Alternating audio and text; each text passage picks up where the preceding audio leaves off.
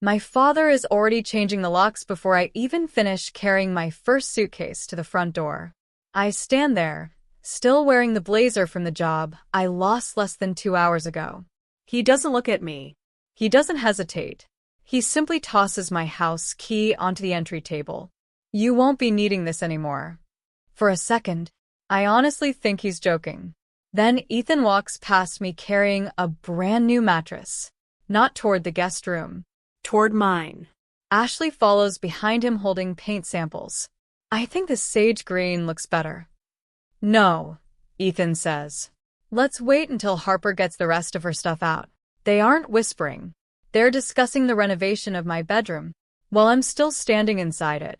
My name is Harper Sullivan, 34 years old.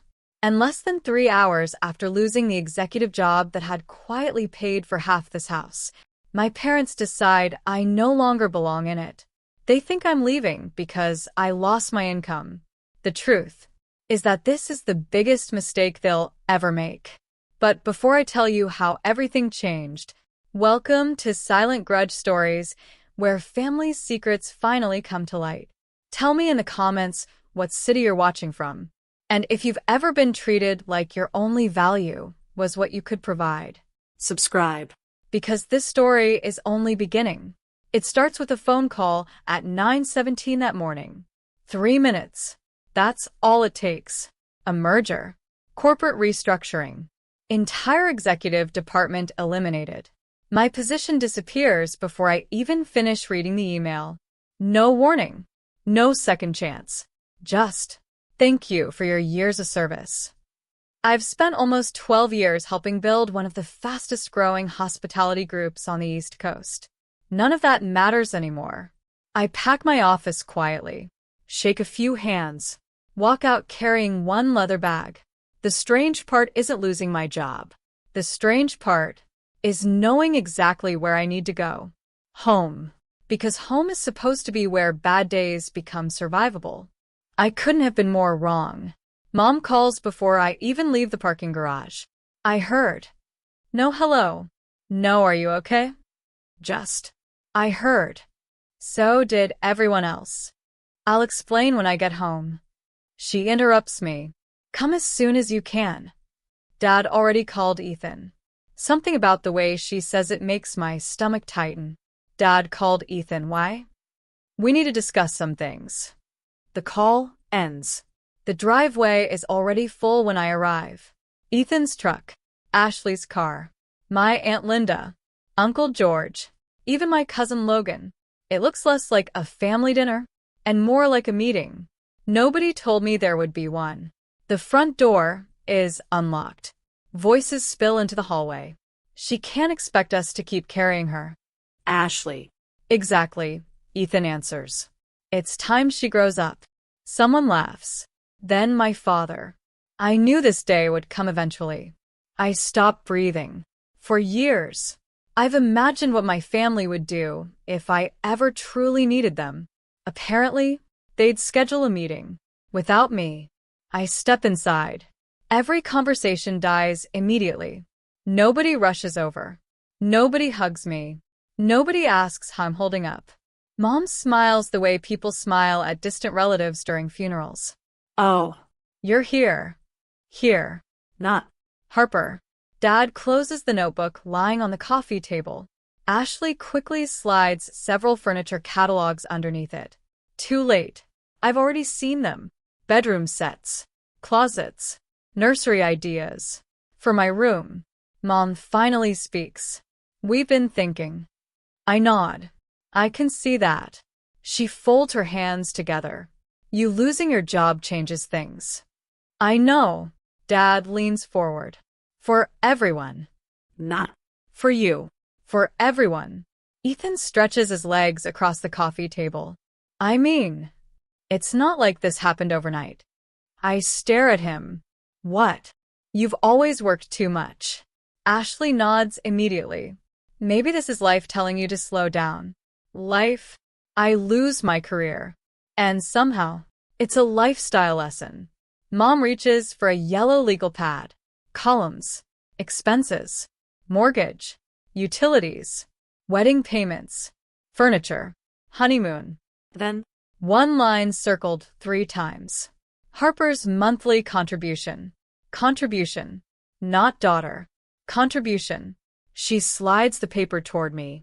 We'll obviously have to replace this somehow. That's the first thing my mother says after I lose everything.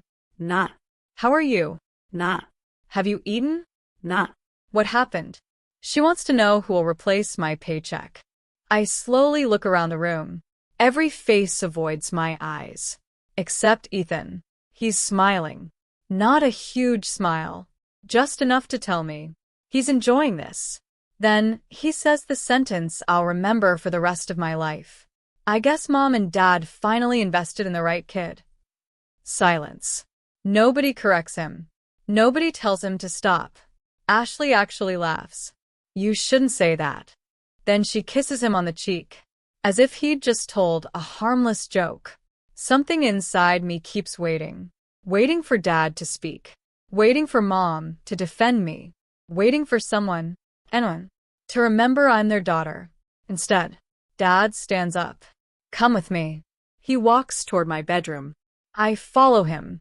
He opens my closet, pulls out a cardboard moving box already assembled.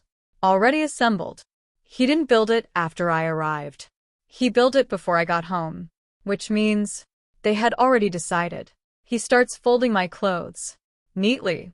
Methodically. Like packing inventory. Dad. He doesn't answer. He folds another sweater. Dad.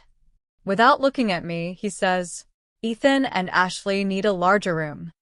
I feel my throat close. So, you're giving them mine? You won't need it. I still live here. For today. Ashley appears behind us holding a tape measure. Oh, I'll come back. Dad shakes his head. No. Go ahead.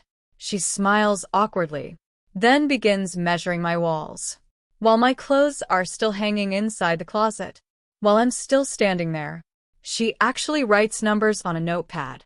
This side fits a king bed. Ethan laughs from the hallway.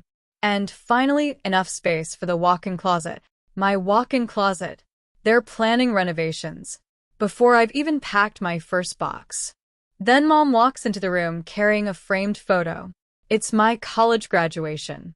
The day Dad cried because I became the first person in our family to earn a degree. She looks at it for 2 seconds, then places it inside a donation box sitting by the door. Not my moving box. The donation box. I quietly walk over. Pick it back up. Mom sighs. Oh, Harper, I assumed you wouldn't have room wherever you're going. Wherever you're going. Not.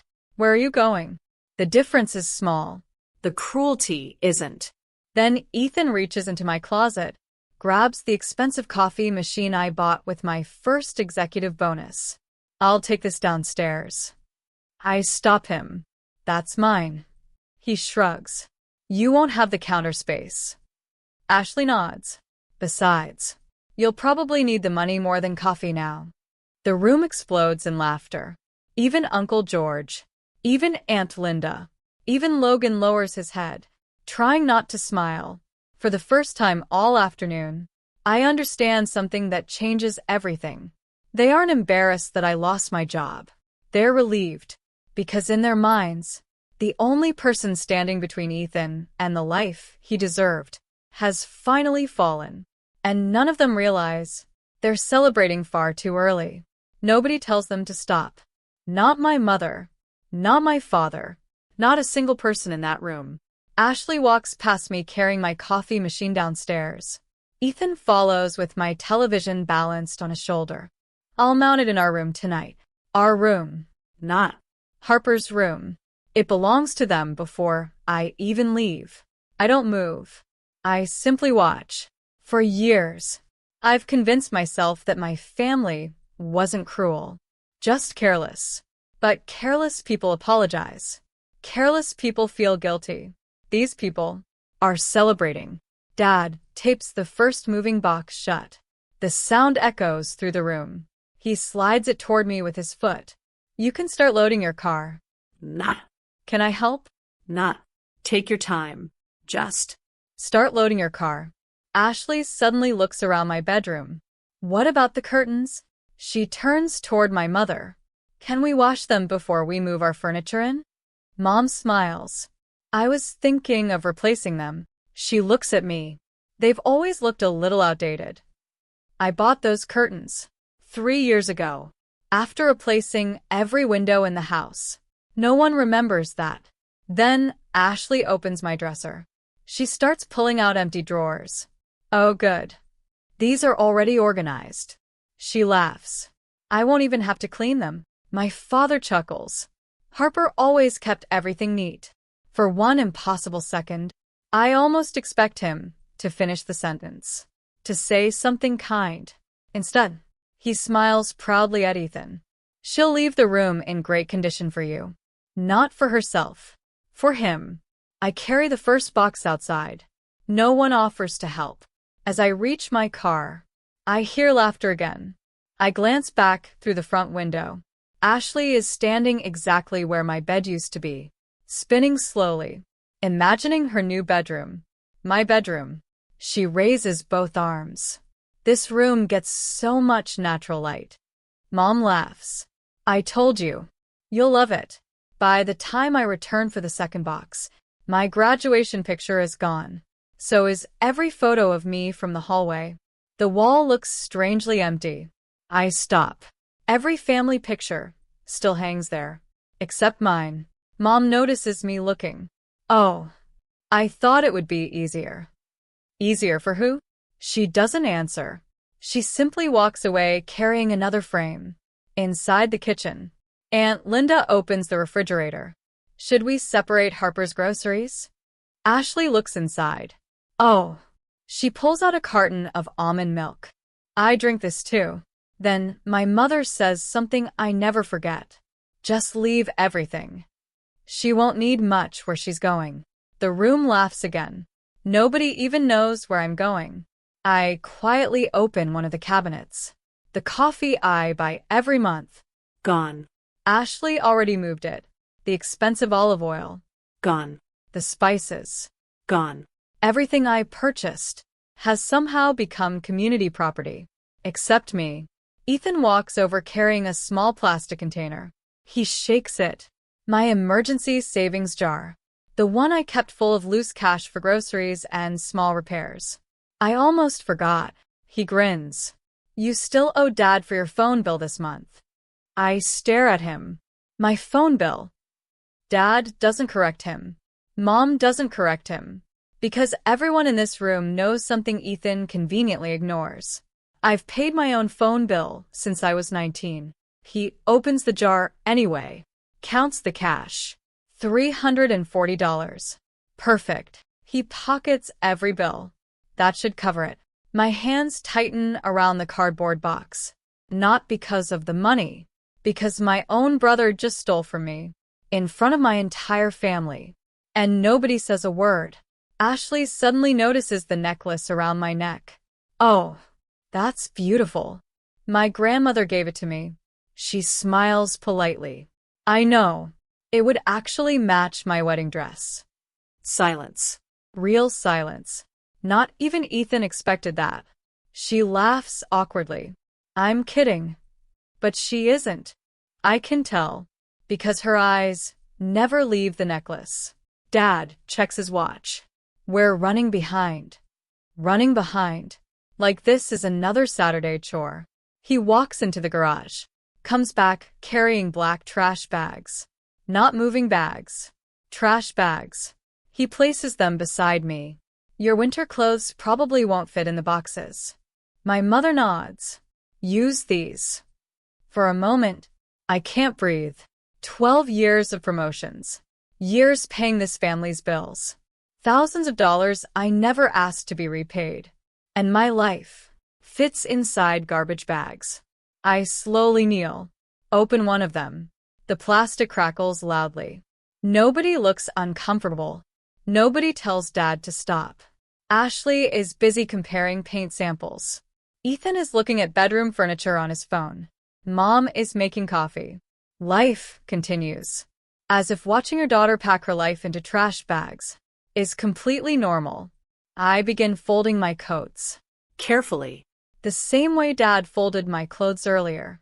Halfway through, Ashley walks over. Oh, can I have those velvet hangers? I look up. What? They're expensive. She smiles sweetly. It would be a shame to throw them away. Throw them away. She thinks my belongings are closer to garbage than to mine. I quietly remove every hanger, place them inside the trash bag. Without saying a word, her smile disappears. Then Ethan whistles from the hallway. Hey, you forgot one. He tosses something toward me. It lands on top of the pile with a dull thud. My old bedroom key. He catches it before it falls, snaps it cleanly in half, then drops both pieces into the open trash bag. You won't be needing that anymore. Everyone laughs, even my father. That sound hurts more than watching the key break, because for the first time, they're no longer laughing at a situation. They're laughing at me. And deep inside, they've already convinced themselves that the woman stuffing her entire life into garbage bags will never be important again. I tie the first garbage bag shut. The knot feels heavier than the bag itself. 34 years. Reduced to black plastic. My father doesn't even look up. Put those in your trunk first. Not because they're fragile, because he doesn't want them sitting in the hallway. They're in the way. Just like I am. I carry the bags outside. When I come back, the front door code is beeping. Dad is standing beside the keypad. He types 6 numbers. The lock flashes green. Then he presses another button. Another code. Another confirmation. I stop walking. What are you doing? Without turning around, he answers. Changing the security code. I look at him. I'm still here. You won't be tonight. He says it as casually as someone mentioning tomorrow's weather. Click. The new code is saved. The house no longer recognizes me. Before I've even walked out the door, Mom walks over holding my spare key. I found this in the kitchen drawer. She drops it into Dad's hand. He immediately clips it onto Ethan's keyring. No ceremony. No hesitation. 1 second, it's mine. The next, it's his. Ethan spins the keys around his finger. I guess this officially makes it my house now. Nobody corrects him. Ashley suddenly claps. Oh, we should take pictures before we move everything. She pulls out her phone. Not of me, of my bedroom. She opens the door wide. Starts filming. This is the before. She laughs. I can't wait to show everyone the after. My bedroom has become a renovation project, while my clothes are still sitting in garbage bags by the front door. I walk back inside. My suitcase is gone. For one terrifying second, I think someone threw it away. Then I find Logan dragging it across the hallway. Oh. He shrugs. I thought Ethan wanted this out already. Already. Everything is already. Already replacing me. Already moving on. Already pretending I never existed. Then I notice something else. The family calendar hanging beside the refrigerator. Every birthday is still there. Mom. Dad. Ethan. Ashley. Even Aunt Linda's anniversary. Mine. Has disappeared. Someone has erased it. The white square where my birthday used to be is completely blank. I stare at it for several seconds. Mom notices. Oh, we're buying a new calendar anyway. No, she isn't. The rest of the calendar is full. Only one date disappeared. Mine. The smell of dinner starts filling the kitchen. Roast chicken, garlic potatoes, fresh bread. My favorite meal. Mom always made it when something important happened. Graduations, promotions, birthdays. Today, she made it to celebrate replacing me. Ashley sets the table. 1 plate. 2, 3, 4, 5. She reaches for the 6th plate. Looks at me. Pauses. Puts it back inside the cabinet. I forgot. She smiles politely. There are only 5 of us now. 5. Not 6. She erased me from dinner before I even left the driveway. Nobody tells her that was cruel. Instead, Dad pulls out Ethan's chair. Mom pours everyone wine. Ashley raises her glass. To new beginnings. Everyone smiles. Everyone drinks. I'm standing less than 10 feet away, holding a garbage bag. Then Ethan points toward the hallway. Oh, Don't forget to leave your closet door open. Ashley looks confused. why? So the smell airs out. He wrinkles his nose dramatically. You've had your stuff in there for years. Laughter. Real laughter. He isn't mocking my clothes. He's mocking my existence. I keep loading the car. One trip, then another. Each time I come back, something else is gone. The throw blanket my grandmother knitted, already folded onto Ashley's chair. The decorative lamp I bought, already sitting beside Ethan's bed. The air purifier, already plugged into their room. No one asks. No one waits. Ownership changes the moment I lose my job. Then I hear Uncle George speaking quietly to Dad. You know, this actually worked out. Dad nods. What do you mean? Ethan would have had to wait years to afford a room this size. Dad smiles. I know. I freeze. For months, they've been waiting. Waiting for an opportunity. Waiting for me to fail. My phone vibrates inside my pocket. I don't answer. I barely glance at the screen. Unknown number. It stops. A second later, a voicemail notification appears. I ignore it. Right now, there's a more important disaster happening in front of me. When I come back inside one last time, Ashley is standing in front of the mirror, holding one of my blazers against herself. The shoulders are almost perfect. Mom nods. You can always have it tailored. I walk over, take the blazer gently from her hands, fold it, place it back inside my suitcase. Neither of us says a word. Some things don't deserve an argument. They deserve a memory. Dad finally walks to the front door. He opens it, looks outside, then looks back at me. Is everything loaded? I nod once. Good. Nah. I'm sorry. Nah. Call us when you get there. Just. Good. He reaches beside the door, flips a small switch. The porch light goes dark. I frown. Why'd you turn it off? We're trying to save electricity. I almost believe him, until Ethan laughs. Dad just doesn't want the neighbors watching this. Watching what? Watching their daughter being thrown out with garbage bags? Embarrassment finally exists. Just not for them. I step onto the porch, garbage bags in one hand, suitcase in the other. The evening air feels strangely quiet. Then, the front door closes behind me. Not slowly, not gently. The deadbolt clicks. Immediately, before I even reach my car, they lock the door, while I'm still standing on the front steps. As if they're afraid I might try to come back inside. I don't turn around, because I already know exactly what I'd see. 5 people, sitting down to eat my favorite dinner.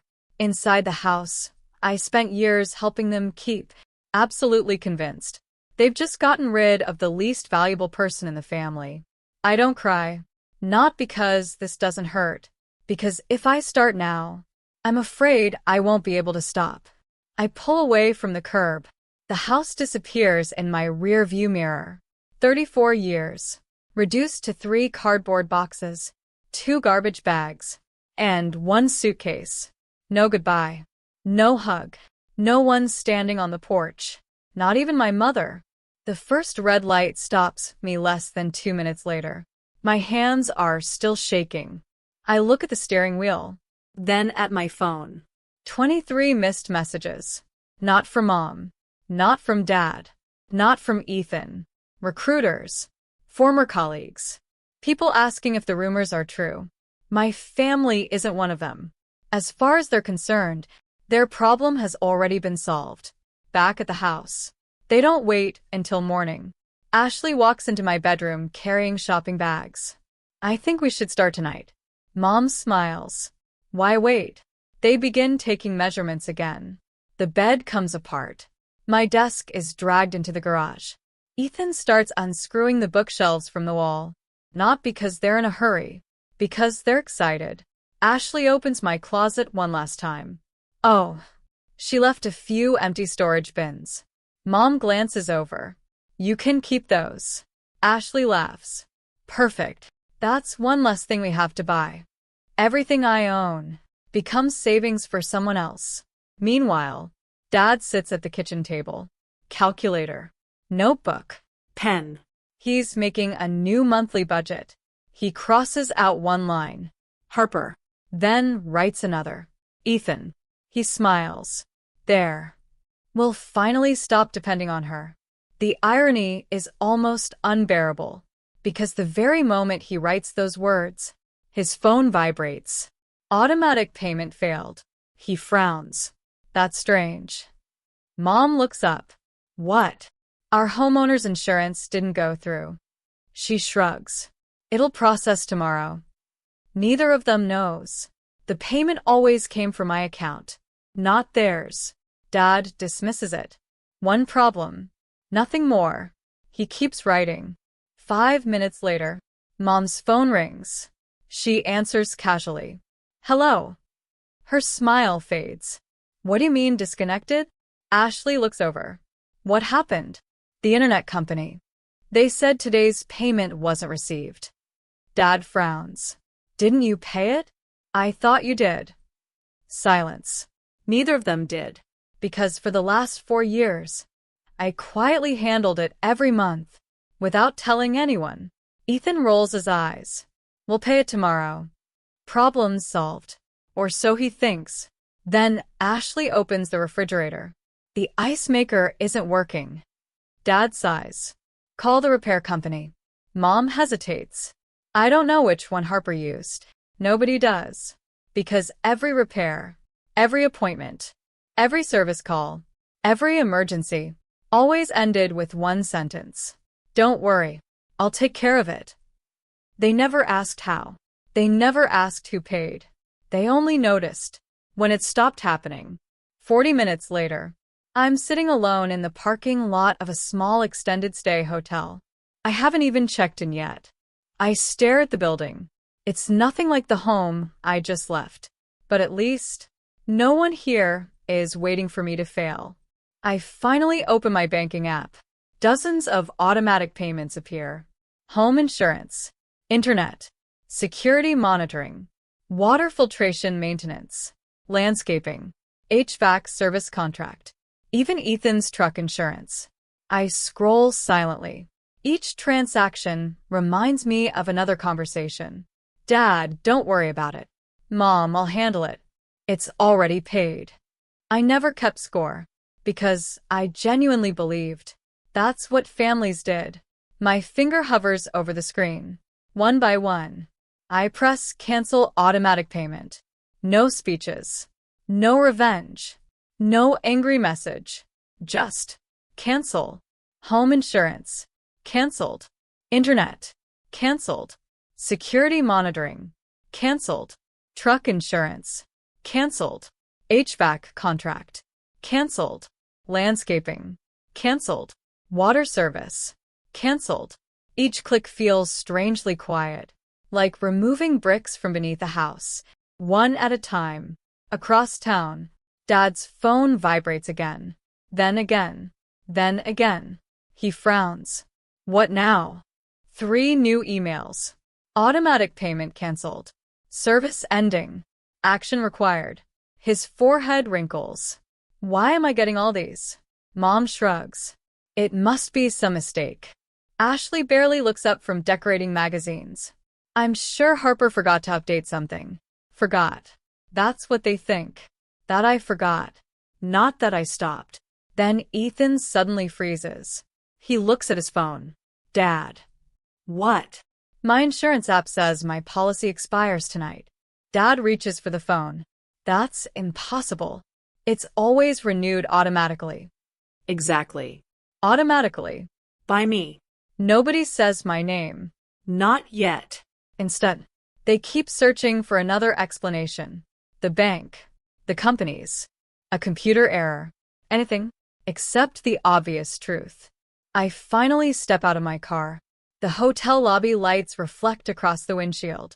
For the first time all day, My phone rings with a number I recognize. I look at the screen. Daniel Reed. I let it ring twice before answering. Harper. His voice is calm. They accepted every condition. I close my eyes. Good. We'll see you tomorrow morning. I'll be there. The call lasts less than 30 seconds. If anyone overheard it, they'd think it was completely ordinary. But it isn't. Because tomorrow morning, while my family scrambles to understand why their entire house is quietly falling apart, I'll be walking into a meeting that will eventually determine the future of the luxury resort they've spent months dreaming about. They just don't know it yet. And that's exactly why they're about to make one more mistake. I sleep less than 3 hours. Not because the hotel room is uncomfortable. Because silence sounds different when you've just realized your family never loved you. They only loved what you paid for. The alarm rings at 6. For the first time in 12 years. There isn't an office waiting for me. No coworkers. No meetings. No routine. Just uncertainty. I sit on the edge of the bed for almost a minute. Then I stand. Because nobody is coming to save me. Across town. My old bedroom no longer exists. Ashley has already taken the curtains down. The mattress is gone. Fresh paint samples cover my desk. Mom walks in carrying new bedding. This blue matches the walls better. Ashley smiles. I can't believe it's finally ours. Finally. As if they had been waiting for this moment for years. Maybe they had. Dad walks into the room. He looks around proudly. It already feels different. Ethan laughs. It feels like an upgrade. Upgrade. That's what replacing me is. An upgrade. Mom suddenly opens one of my old desk drawers. Inside, she finds dozens of instruction manuals, warranty papers, receipts. Every appliance in the house is neatly labeled. Ashley wrinkles her nose. She kept everything. Mom shrugs. That's just how Harper was. No. That was how I kept their lives running. They just never noticed. Dad's phone rings again. Home insurance. He answers confidently. Yes. I know the payment failed. No. There must be some mistake. His expression slowly changes. What do you mean the policy expires tonight? Silence. Ashley keeps folding clothes. Ethan keeps assembling furniture. Nobody stops. Dad hangs up. They want a full payment today. Mom sighs. Fine. We'll transfer it. Dad opens the banking app. The smile disappears almost immediately. There isn't enough. The room goes quiet. Not because they're worried. Because it's inconvenient. Ethan doesn't even look up. Use the emergency account. Dad clears his throat. We already did. Ashley finally stops folding towels. What? Mom forces a smile. We'll move some money around. She says it confidently. But I know exactly what she's looking at. The account they always believed was enough. The one that was enough. Only because every month, I quietly filled the gaps. Meanwhile, I'm sitting inside a downtown cafe. A cup of coffee sits untouched in front of me. My laptop is open. 3 recruiters have already emailed. 2 former executives have called. 1 private equity firm wants to schedule lunch. Losing my job hurts. But my reputation never disappeared. My phone vibrates. Mom. I stare at the screen. She doesn't ask how I'm doing. She doesn't ask where I slept. She leaves one voicemail. Harper, the insurance company keeps calling. If you change something by accident, call me. By accident. Even now, she refuses to believe I made a choice. I delete the voicemail. Without listening again. Back at the house. Another problem appears. The security company. The monitoring service has stopped. Dad punches in the alarm code. Nothing. He tries again. Still nothing. A technician answers the phone. I'm sorry, sir. The contract owner canceled yesterday. Contract owner. Dad frowns. What owner? The account registered under Harper Sullivan. Silence. Real silence. For the first time, my name isn't spoken with irritation. It's spoken with confusion. Dad slowly lowers the phone. Mom looks at him. What? He hesitates. The alarm was hers. Ashley blinks. I thought you paid that. So did I. Nobody says thank you. Nobody says, we never knew. Instead, Mom crosses her arms. Why would she put everything in her name? Because nobody else ever volunteered. Because every emergency somehow became mine. Because every time something broke, everyone looked at me. Not because I was the oldest. Because I always fixed it. Then Ethan slams a screwdriver onto the floor. This is ridiculous. It's just bills. We'll replace her. Replace her. Those two words echo through the room. Replace her. Like replacing a light bulb. A dishwasher. A sofa. Not a daughter. Dad nods. You're right. We depended on her too much. Mom sighs. That's over now. For one brief moment, I almost believe they've learned something. Then she finishes the sentence. It's time Ethan starts taking responsibility. I actually smile. Not because it's funny.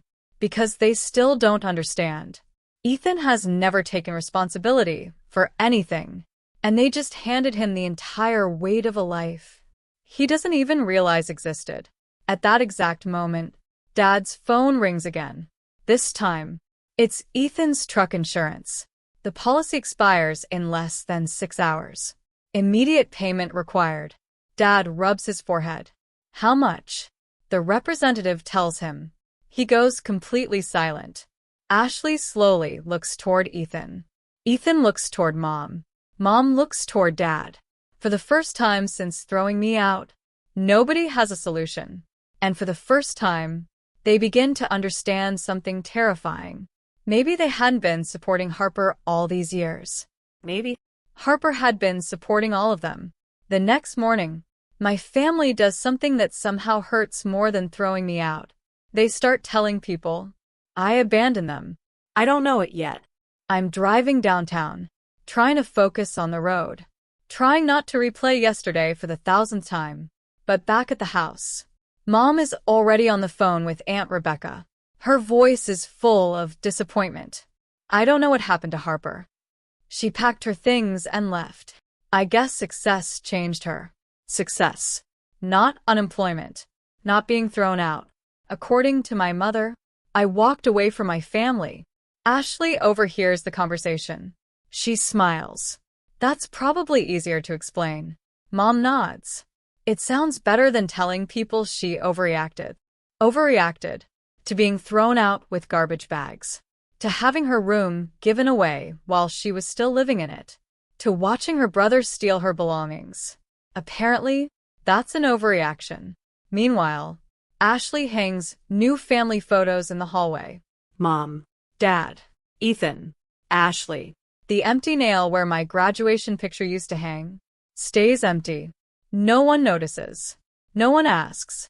It's almost as if I never lived there. Dad walks through the living room carrying a box. Inside, all my photo albums. He places them on a shelf inside the garage. Not inside the house. The garage. Next to paint cans. Old tires. Broken tools. 34 years of memories. Stored beside lawn equipment.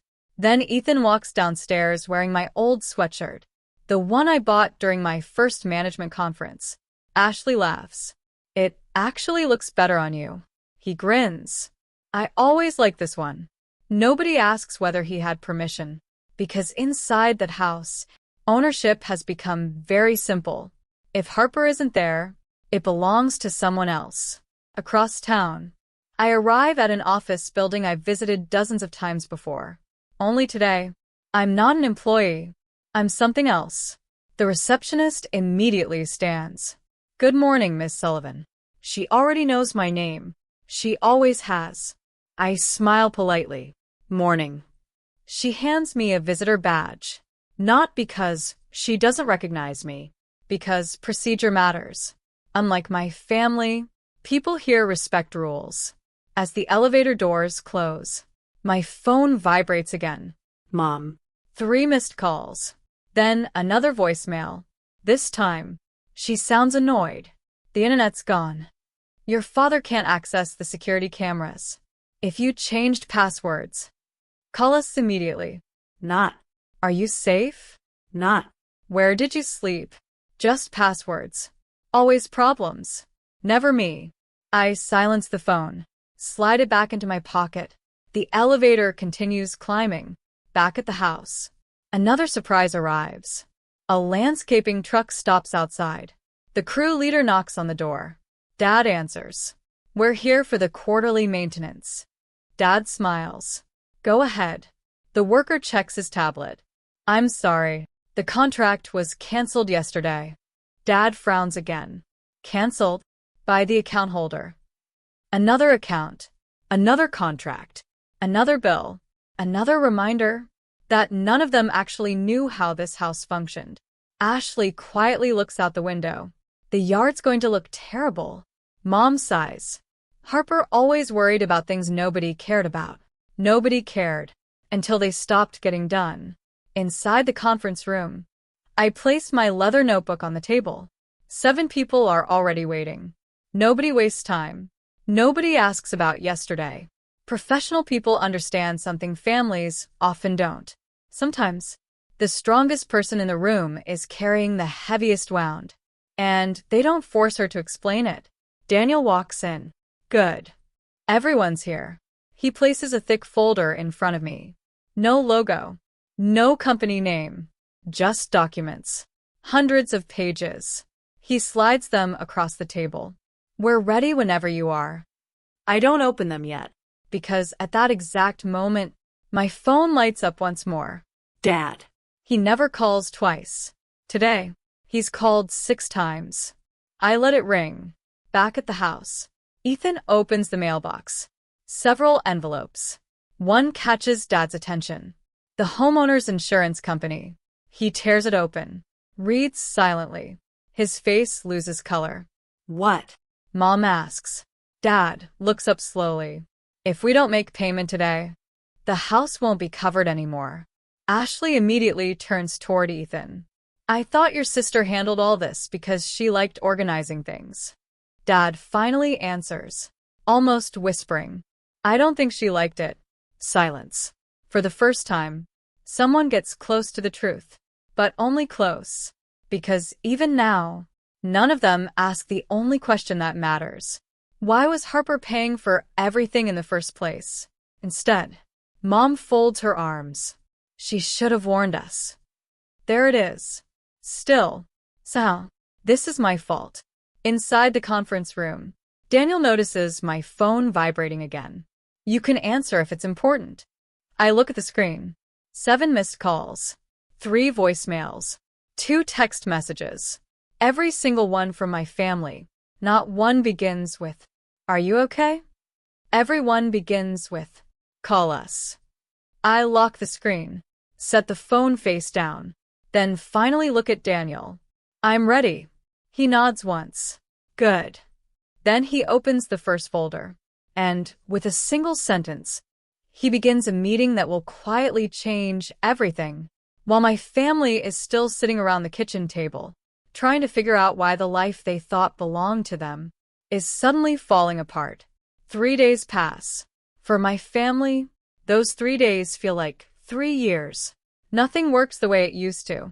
Every morning, another bill, another cancellation, another phone call, another reminder that somebody had been quietly holding their entire life together, and that somebody is gone. But instead of admitting it, they find a new story. According to them, I'm bitter, immature, selfish, ungrateful. Apparently, throwing your daughter out isn't the problem. Refusing to come back is. Mom repeats that story to everyone who will listen. At church, to neighbors, to relatives. Harper changed. Ever since she started making good money, she thought she was too good for us. Nobody asks why they packed my life into garbage bags, because that part never gets mentioned. Ashley has already transformed my bedroom. New curtains, new furniture, fresh paint. She posts pictures online. Finally making this room feel like home. Hundreds of likes. Friends congratulate her. One comment says, "Congratulations on your new beginning." Nobody realizes that beginning only existed because someone else's life was destroyed. Ethan enjoys every second of it. He starts parking his truck exactly where my car used to sit. He tells friends, "The house finally feels peaceful." Peaceful. That's what they call silence. After forcing someone out. That Friday evening, Dad walks into the kitchen holding a stack of envelopes. He drops them on the counter. Nobody touches them. Nobody wants to. Ashley finally breaks the silence. "We need something positive." Mom nods immediately. She's right. This week has been awful. Awful. Not because they lost a daughter. Because life suddenly became expensive. Ashley opens her laptop. "What about a weekend away?" Ethan smiles. "I like that." Mom looks interested. "We deserve it." Deserve. Such an easy word. Especially when someone else has always paid the price. Ashley starts scrolling. Luxury hotels. Mountain retreats. Private spas. Then, she stops. "Oh, this place is beautiful." She turns the screen. A breathtaking coastal resort fills the display. Infinity pools. Private beach. Oceanfront suites. Dad whistles. "Now that's impressive." Ashley grins. "I've wanted to stay there for years." Mom studies the photos. "It actually isn't as expensive as I expected." Ethan laughs. "Perfect. We deserve one nice weekend after everything Harper put us through." Nobody corrects him. Not one person. Ashley clicks book now. Only one suite remains. Ocean view. She smiles. "See, it was meant to be." Across town. I'm finishing another meeting. Not with lawyers. Not with executives. Just paperwork. Routine. Quiet. Daniel walks beside me toward the elevator. "You've been avoiding their calls." "I know. They'll keep calling." "I know." He doesn't ask another question. He simply nods. As if he already understands. Some doors, once they close, should never be opened again. My phone vibrates again. Mom. Ignored. Dad. Ignored. Ethan. Ignored. Then, a text message. "You can't ignore your family forever." Family. Interesting choice of words. Because 3 days ago, they made it very clear I wasn't part of it anymore. Back at the house. Ashley receives the confirmation email. Reservation approved. Check-in. Saturday. 2 p.m. She claps excitedly. "I can't wait." Mom smiles. "This is exactly what we needed." Dad finally laughs for the first time all week. Fresh start. Fresh start. None of them realize they've just booked the one place where the past is waiting for them. Miles away, I look out through my office window. Far below, cars move like tiny dots. Daniel steps beside me. They confirmed everything. I don't ask what he means. I already know. He quietly hands me a single envelope. No logo. No explanation. Just my name.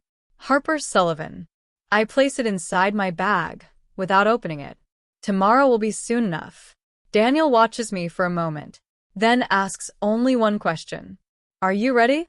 I look toward the horizon, then answer calmly. "I've been ready for a long time." At that exact moment, my family's reservation confirmation arrives. None of them notice the small sentence printed near the bottom. Management reserves the right to approve, modify, or refuse accommodations at its sole discretion. They don't read it. They don't need to. After all, they're convinced this weekend belongs to them. They have absolutely no idea. They're driving straight toward the biggest mistake of their lives.